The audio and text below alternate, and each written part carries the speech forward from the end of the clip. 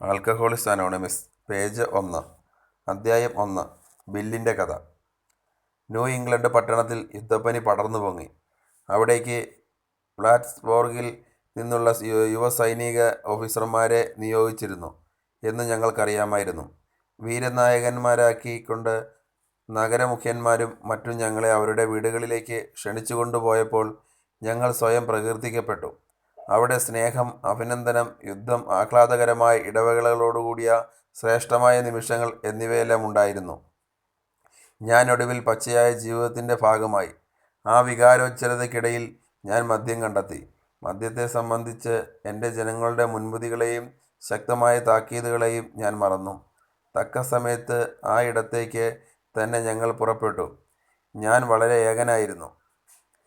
അതുകൊണ്ട് വീണ്ടും കുടിയിലേക്ക് തിരിഞ്ഞു. ഞങ്ങൾ ഇംഗ്ലണ്ടിൽ കപ്പലിറങ്ങി. ഞാൻ വിഞ്ചസ്റ്റർ ദേവാലയം സന്ദർശിച്ചു. അതിൽ വളരെ ആകൃഷ്ടനായി.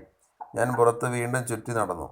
ഒരു ശവക്കല്ലറയിൽ കുറിച്ചു വച്ചിരുന്ന ഹാസ്യ കവിതാ ശലകം എൻ്റെ ശ്രദ്ധ പിടിച്ചെടുത്തു. തണുത്ത ബിയർ കുടിച്ചു മരണം കൈവരിച്ച ഹാംഷയർകാരനായ പോരാളി ഇവിടെ ശയിക്കുന്നു.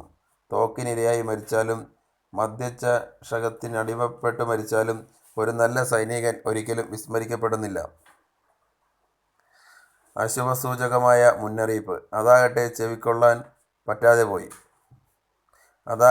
എനിക്ക് ചെവിക്കൊള്ളാൻ പറ്റാതെയും പോയി.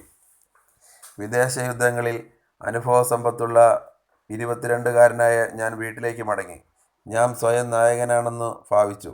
കാരണം എൻ്റെ കൂട്ടത്തിൽപ്പെട്ടവർ എനിക്കൊരു പ്രത്യേക തരത്തിലുള്ള മതിപ്പ് വകവച്ചു തരുന്നുണ്ടായിരുന്നില്ലേ എന്ന ചിന്ത ഉണ്ടായിരുന്നു.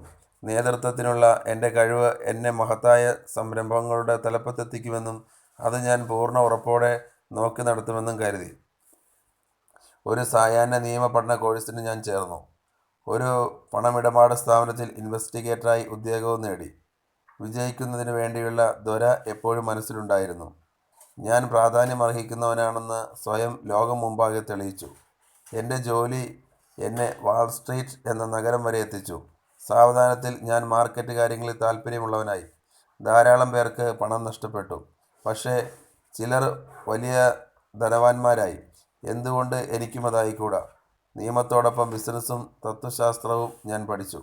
കടുത്ത അമിത മദ്യപാന രോഗിയായിരുന്ന ഞാൻ നിയമപഠനത്തിൽ ഏതാണ്ട് പരാജയപ്പെട്ടു.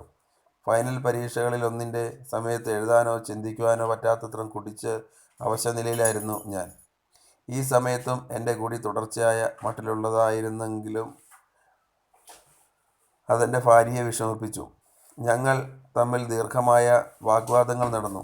അപ്പോഴൊക്കെ അവളുടെ വിലക്കുകളെ ഞാൻ നിശബ്ദമാക്കിയിരുന്നത് ക്രാന്തദർശികളായ മനുഷ്യർ അവരുടെ ശ്രേഷ്ഠമായ സൃഷ്ടികൾക്ക് ജന്മം നൽകിയിരുന്നത് കുടിച്ചിരുന്ന സമയത്തായിരുന്നെന്നും ചിന്താപരമായ മഹൽ രചനകൾ അപ്രകാരം ലഭ്യമായതാണെന്നും പറഞ്ഞുകൊണ്ടാണ്.